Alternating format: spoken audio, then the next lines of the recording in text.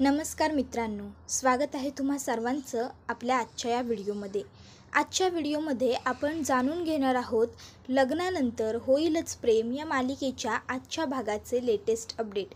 त्यामुळे मित्रांनो व्हिडिओला लाईक पटापट करा, चॅनलला सबस्क्राईब करून बेल आयकॉनसुद्धा प्रेस करायला विसरू नका, जेणेकरून पुढच्या प्रत्येक व्हिडिओचं नोटिफिकेशन हे तुम्हाला पटापट मिळत जाईल आणि सगळ्याच व्हिडिओंचा आनंद तुम्हाला घेता येईल। तर चला मग वळूया आपल्या आजच्या एपिसोडकडे, म्हणजेच लग्नानंतर होईलच प्रेम मालिकेच्या आजच्या भागाकडे। तर आजच्या भागात आपल्याला असे पाहायला मिळते की इकडे दीपकने नंदिनी बरोबर जबरदस्तीने लग्न करण्यासाठी तिला एका जंगलामध्ये आणलेली असते। आता नंदिनी ही दीपकला मला सोड सांगत असते, पण दीपक तिचं ऐकत नसतो। त्यामुळे आता नंदिनी पर्यायांती जीवाच्या आकांताने मला वाचवा ओरडत असते। तर दुसरीकडे जीवासुद्धा नंदिनी अशा जोरजोरात हाका मारत असतो। आता इकडे जीवाला नंदिनीचा आवाज ऐकू येतो, त्याबरोबर जीवा नंदिनीला हाक मारतो। नंदिनीसुद्धा तितक्याच जीवाच्या आकांताने जीवाला हाक मारते आणि मग जीवा हा नंदिनीला वाचवण्यासाठी त्या ठिकाणी पोहोचलेला असतो। आता पहिल्यांदा तर जीवा दीपकला एक खणखणून मुस्कटात मारून देतो। त्यानंतर आता दीपकसुद्धा जीवाला मारायला सुरुवात करतो आणि यावेळेस दीपक जीवाला जास्त मारतो आणि मग जीवा खाली कोसळतो। त्यानंतर आता इकडे जीवा पुन्हा एकदा उठून उभा राहिलेला असतो आणि पुन्हा तो दीपकच्या दिशेने पटापट चालत येतो आणि दीपकला एक खणखणून मुस्कटात मारून खाली पाडून देतो। त्याबरोबर दीपकसुद्धा पुन्हा उठतो आणि तो जीवाला एक लात मारतो, त्याबरोबर जीवा खाली कोसळतो। मग जीवा खालची माती घेऊन दीपकच्या डोळ्यात फेकतो, त्यानंतर स्वतः उभा राहून दीपकला मारायला सुरुवात करतो। दीपक आता खाली पडतो, जीवाला वाटतं की आता काही दीपक उठणार नाही। त्याबरोबर लगेचच जीवा हा नंदिनीकडे जातो। नंदिनी ही जीवाला सांगत असते, जीवा प्लीज मला लवकर उघड ना। त्याबरोबर जीवा हा एकही सेकंद वाया न घालवता नंदिनीला उघडत असतो। इतक्यात मागून दीपक येतो आणि जीवाच्या डोक्यामध्ये एका बांबूने फटका मारतो। त्याबरोबर आता इकडे जीवाचं संपूर्ण डोकं हालायला लागतं आणि बघता बघता जीवा खाली कोसळतच असतो। तोच दीपक त्याच्यावरती अजून 2-4 फटके मारायला सुरुवात करतो, जेणेकरून हा उठायलाच नाही पाहिजे अशा हेतूने। आता नंदिनी ओरडत असते, जीवा, पण जीवाला मात्र काही करता येत नसतं। तर दुसरीकडे पार्थ हा नंदिनीच्या आईवडिलांकडे आलेला असतो आणि आता तो त्यांना सांगत असतो, मी काव्याबरोबर लग्न करायला तयार आहे, पण पुढचं एवढं आयुष्य एकत्र घालवण्याच्या अगोदर मला एकदा तिच्याबरोबर बोलायचं आहे। मी बोललो तर चालेल का? त्याबरोबर आता काव्याचे आईवडील काही न बोलता ठीक आहे एवढंच म्हणतात आणि मग लगेचच ते तिकडनं निघून जायला लागतात। त्याबरोबर पार्थसुद्धा आता काव्याच्या रूमच्या दिशेने चालायला लागतो। आता पार्थ काव्याबरोबर काय बोलणार हा प्रश्न तर आपल्या सगळ्यांनाच पडलेला आहे। तर दुसरीकडे आता नंदिनी ही दीपकला सांगत आहे, दीपक सोड मला, दीपक सोड, अरे हे बघ तू बोलतोस तुझं प्रेम आहे, पण हे असं प्रेम नसतं, प्लीज सोड मला। त्याबरोबर दीपक हा नंदिनीला म्हणत असतो, सोडणार मी तुला, पण तुझ्या गळ्यात मंगळसूत्र घातल्याच्या नंतर। त्यावर आता नंदिनी मंगळसूत्र हे ऐकून आणखीन घाबरते।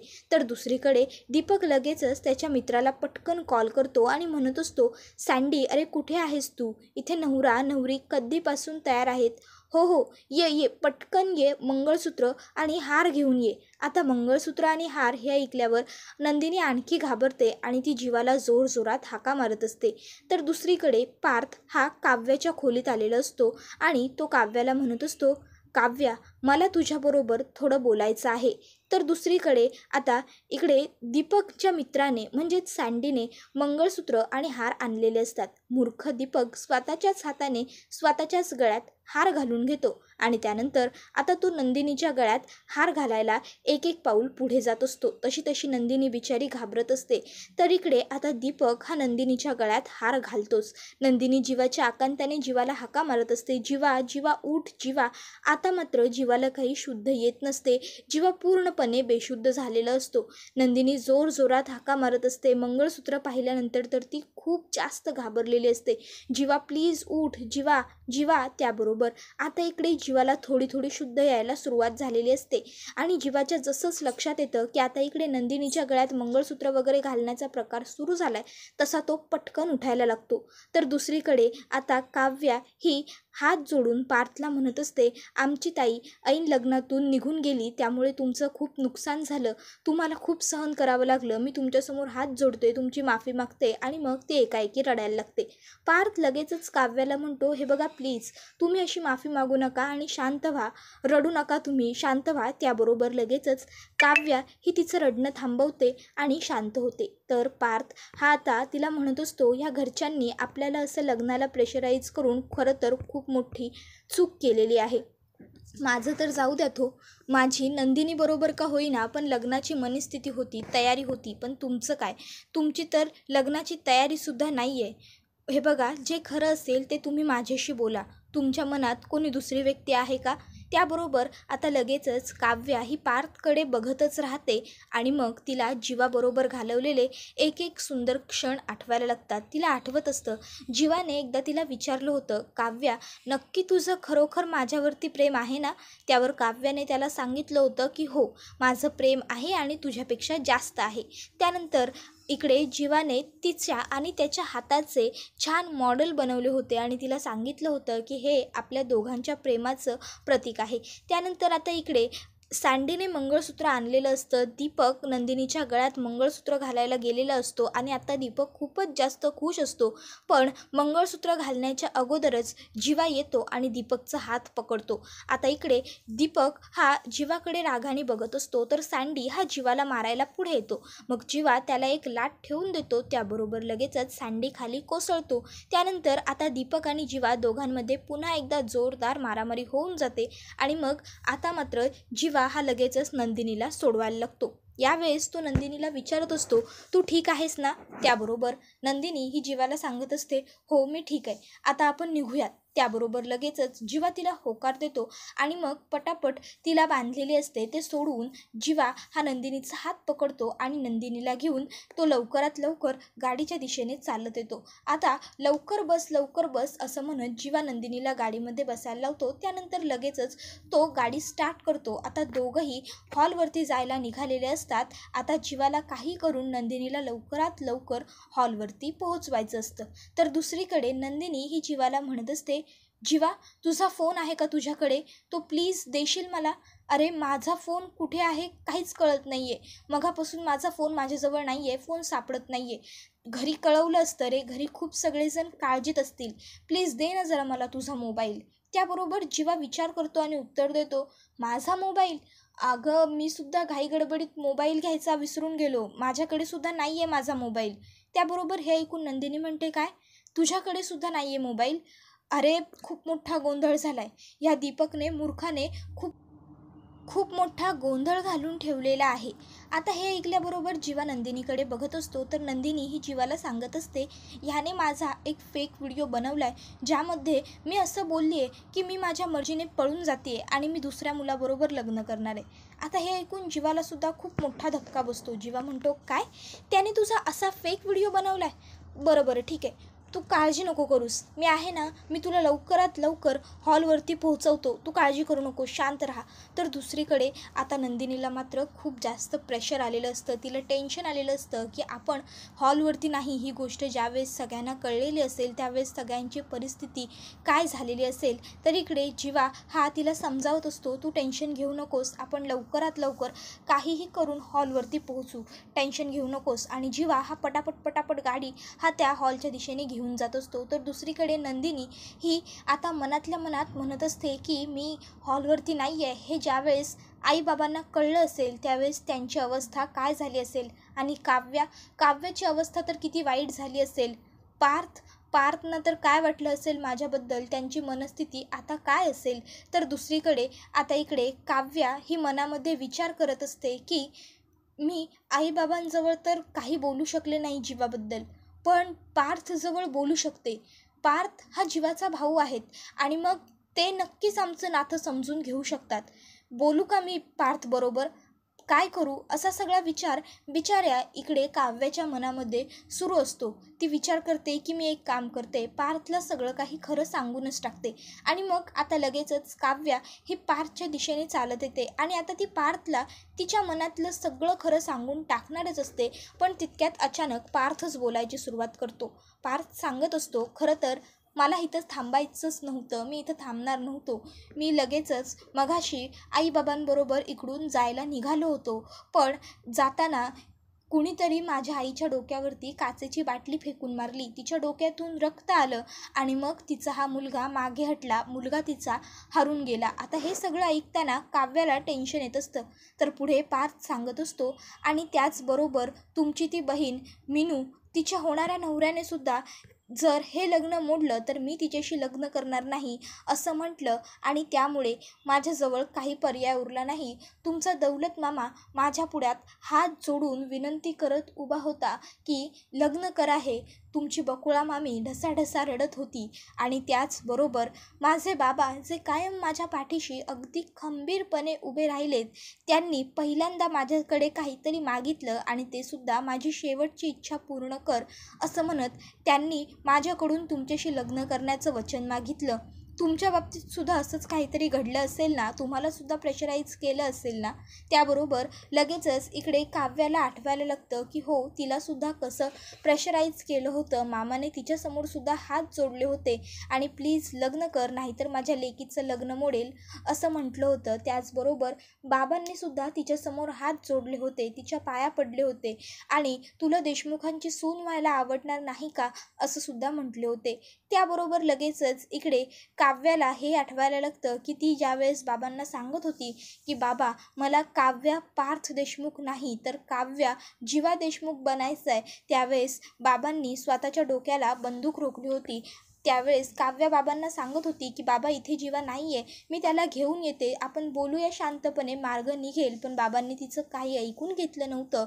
तर तू कुठेही जायचं नाहीस, तू कुठेही जाणार नाहीस असं म्हणत त्यांनी स्वतःच्या डोक्याला पिस्तूल लावलं होतं. सगळेजण त्यांना थांबवायला प्रयत्न करत होते, पण बाबा ऐकत नव्हते. त्यावेळेस काव्या किती जीवाच्या आकांताने हाका मारत होती जीवाला. हे सगळं काही काव्याला आठवत असतं की बाबांना ती सांगत होती, बाबा मला हे लग्न नाही करायचं, प्लीज नका करू बाबा मला जबरदस्ती, आई प्लीज. पण कोणीच त्यावेळेस तिचं कसं ऐकलं नव्हतं. सगळ्यांनी तिच्या मनाच्या विरुद्ध जाऊन तिला जबरदस्तीने हे लग्न करण्यासाठी कसा भाग पाडत होते वगैरे सगळं आता आठवायला लागतं. बाबांनी तर डायरेक्ट स्वतःच्या डोक्याला पिस्तूल लावली आणि स्वतःवरती गोळी झाडून घेतली. असं जे तिला स्वप्न पडलं होतं ते सुद्धा तिला आठवायला लागतं. स्वप्नामध्ये ती लोक रडायला ओरडायला लागली होती. हे सगळं एकाएकी काव्याच्या समोरून तरळून जात असतं. आता हे सगळं आठवल्याबरोबर लगेचच इकडे काव्या ही जोरात ओरडते, बाबा. त्याबरोबर पार्थ पुढे येतो आणि काव्याला विचारत असतो, काव्या काय झालं, अशा का ओरडलात तुम्ही. त्याबरोबर काव्या एकही सेकंद वाया न घालवता पार्थनं सांगत असते, करूया आपण हे लग्न. त्याबरोबर पार्थ काव्याकडे बघतच राहतो. तर काव्या ही पार्थला म्हणत असते, खूप घुसमट होती आता इथे, एकदाचं हे लग्न करूया आणि निघून जाऊया आपण दोघं इकडनं. त्याबरोबर पार्थ लगेचच काव्याच्या पुढे हात करतो. आता पार्थ जसा काव्यासमोर हात पुढे करतो, त्याबरोबर काव्याला पुन्हा एकदा जीवाबरोबर घालवलेले सुंदर क्षण आठवायला लागतात. त्या दोघांनी कसा रोमॅन्टिकली एकमेकाच्या हातात हात दिला होता. त्यानंतर इकडे जीवाने एकदा तिला विचारलं होतं की तुझं माझ्यावर नक्की प्रेम आहे ना. त्यावेळेस तिने त्याला सांगितलं होतं की माझं तुझ्यावर खूप प्रेम आहे, तुझ्यापेक्षाही जास्त. त्यावेळेस त्याने तिला विचारलं होतं, जर आपलं लग्न झालं नाही तर. त्यावर ती म्हटली होती की मी लग्न करेन तर तुझ्याशीच. आणि आज ती पार्थला लग्नासाठी होकार देते. मग शेवटी पर्याय नसताना काव्या ही पार्थच्या हातामध्ये स्वतःचा हात देते. त्यानंतर आता पार्थ आणि काव्या हे दोघंही मंडपामध्ये आलेले असतात. सगळे लोक हे त्यांच्याकडेच बघत असतात. मग ते दोघं येऊन एकमेकाच्या समोर उभे राहतात. मध्ये अंतरपाठ धरला जातो आणि लग्नाचे विधी सुरू होतात. पार्थ काव्याच्या गळ्यामध्ये हार घालतो. काव्यासुद्धा आता रडत रडतच पार्थच्या गळ्यामध्ये हार घालते. लग्न करण्याची मनस्थिती ही दोघांचीही नसते, पण घरातल्यांच्या प्रेशरखाली येऊन आता दोघंही लग्नाला तयार झालेले असतात आणि गुरुजी सांगत असतात तसे विधी करत असतात. तर दुसरीकडे आता इकडे नंदिनी आणि जीवा हे धावत पळत हॉलच्या जागेपर्यंत तर पोहोचलेले असतात. आता धावत जात असताना त्या रेड कार्पेटवरून चुकून पाय सरकून नंदिनी खाली पडते. त्याबरोबर पटकन जीवा तिच्या मागून जो धावत येत असतो तो नंदिनीला सावरतो आणि मग नंदिनी आणि जीवा पुन्हा एकदा आतमध्ये जायला निघालेले असतात. पण तोपर्यंत खूप जास्त उशीर झालेला आपल्याला पाहायला मिळतो, कारण इकडे आता लग्नाचे विधी हे सुरू होऊन खूप वेळ झालेला असतो. आता जवळपास सप्तपदी पूर्ण होऊन गेलेले असतात. पार्थने आणि काव्याने एकमेकाला नवरा बायको म्हणून स्वीकारण्याचे लग्नातले विधी पूर्ण होत आलेले असतात. सगळ्यात मुख्य आणि महत्त्वाचा विधी फक्त बाकी असतो आणि तो म्हणजे मंगळसूत्र घालण्याचा विधी. बाकी सगळे विधी हे पूर्ण होत आलेले असतात. जवळपास पार्थ आणि काव्या नवरा बायको झालेले असतात, कारण त्या दोघांनी एकमेकाच्या गळ्यामध्ये हार टाकलेले असतात. त्याचबरोबर आता पार्थने काव्याबरोबर सप्तपदीसुद्धा घेतलेली असते आणि मंगळसूत्र घालण्याचा विधी बाकी असतो. फक्त आता पार्थने काव्याच्या मांगेमध्ये सिंदूरसुद्धा भरलेलं असतं आणि मंगळसूत्र तो तिच्या गळ्यात घालणारच असतो. इतक्यात त्या ठिकाणी नंदिनी आणि जीवा दोघंही पोहोचलेले असतात आणि हे सगळं बघून त्यांच्या पायाखालची जमीनच सरकलेली असते, कारण त्या दोघांच्याही प्रेमाची माणसं ही एकमेकांबरोबर लग्न करत आहेत. म्हणजे खरं बघायला गेलं तर आता नंदिनी आणि जीवा दोघांच्याही पायाखालची जमीनच सरकलेली असते. त्याबरोबर हा एपिसोड तर इथेच संपतो. पण तुम्हाला काय वाटतं मित्रांनो, नियतीच्या मनात हेच असेल का? खरी जोडी ही काव्या आणि पार्थचीच बनलेली असेल का, म्हणून त्याच दोघांचं लग्न झालं? पण ज्यावेळेस आता जीवा आणि नंदिनी हे सगळं बघतील त्यावेळेस त्या दोघांच्या मनावरती काय आघात होतील ते आम्हाला कमेंट करून नक्कीच सांगा. त्याचबरोबर तुम्हाला काय वाटतं, आता नंदिनीला जीवा मंडपामध्ये घेऊन तर आलेला आहे, मग तो स्वतःच्या मर्जीने नंदिनीच्या गळ्यामध्ये मंगळसूत्र घालून तिचा बायको म्हणून स्वीकार करेल, की आता ज्या प्रकारे पार्थवरती आणि काव्यावरती घरातल्या सगळ्यांनी जबरदस्ती केली होती लग्नासाठी, अगदी त्याचप्रमाणे इकडे आता नंदिनीवरती आणि जीवावरती सुद्धा जबरदस्ती होईल? ते आम्हाला कमेंट करून नक्कीच सांगा. त्याचबरोबर या व्हिडिओला लाईक करा आणि चॅनलला सबस्क्राईब करून बेल आयकॉन प्रेस करायला विसरू नका, जेणेकरून पुढच्या इंटरेस्टिंग सगळ्याच एपिसोडचे अपडेट हे तुम्हाला मिळत राहतील. मित्रांनो, लाईक करायला विसरत जाऊ नका, कारण तुमचा एक लाईक हा आमच्यासाठी खूप महत्त्वाचा आणि मोलाचा असतो. तुमच्या एका लाईकमुळे आम्हाला पुढे अशा छान छान आणि व्यवस्थित व्हिडिओ रेकॉर्ड करण्यासाठी बनवण्यासाठी मोटिवेशन मिळत असतं. त्यामुळे प्लीज व्हिडिओला लाईक करा. तुमचा एक लाईक हा आमच्यासाठी खूप मोलाचा असतो. त्याचबरोबर व्हिडिओ आवडला तर व्हिडिओला शेअर करा, कमेंट करा आणि आठवणीने सबस्क्राईब करा आणि बेल आयकॉनसुद्धा प्रेस करा, जेणेकरून आम्ही कधीही व्हिडिओ अपलोड केला तर त्याचं सगळ्यात पहिलं नोटिफिकेशन हे तुम्हाला मिळत राहील. आणि त्याचबरोबर कमेंट करून सांगायला विसरू नका, लग्नानंतर होईलच प्रेम ही मालिका तुम्हाला कशी वाटते आणि सगळ्यात महत्त्वाचं म्हणजे तुम्हाला यामधली कोणती जोडी आवडते, नंदिनी जीवा की पार्थ काव्या? आणि त्याचबरोबर तुम्हाला याच जोड्या आवडतात का, की खरं तर या जोड्या जशा पहिल्या होत्या तशाच छान होत्या, म्हणजेच नंदिनी आणि पार्थ आणि काव्या आणि जीवा? तुम्हाला काय वाटतं ते आम्हाला कमेंट करून नक्कीच सांगा, कारण तुमचं मत हे आमच्यासाठी कायमच महत्त्वाचं असणार आहे. धन्यवाद.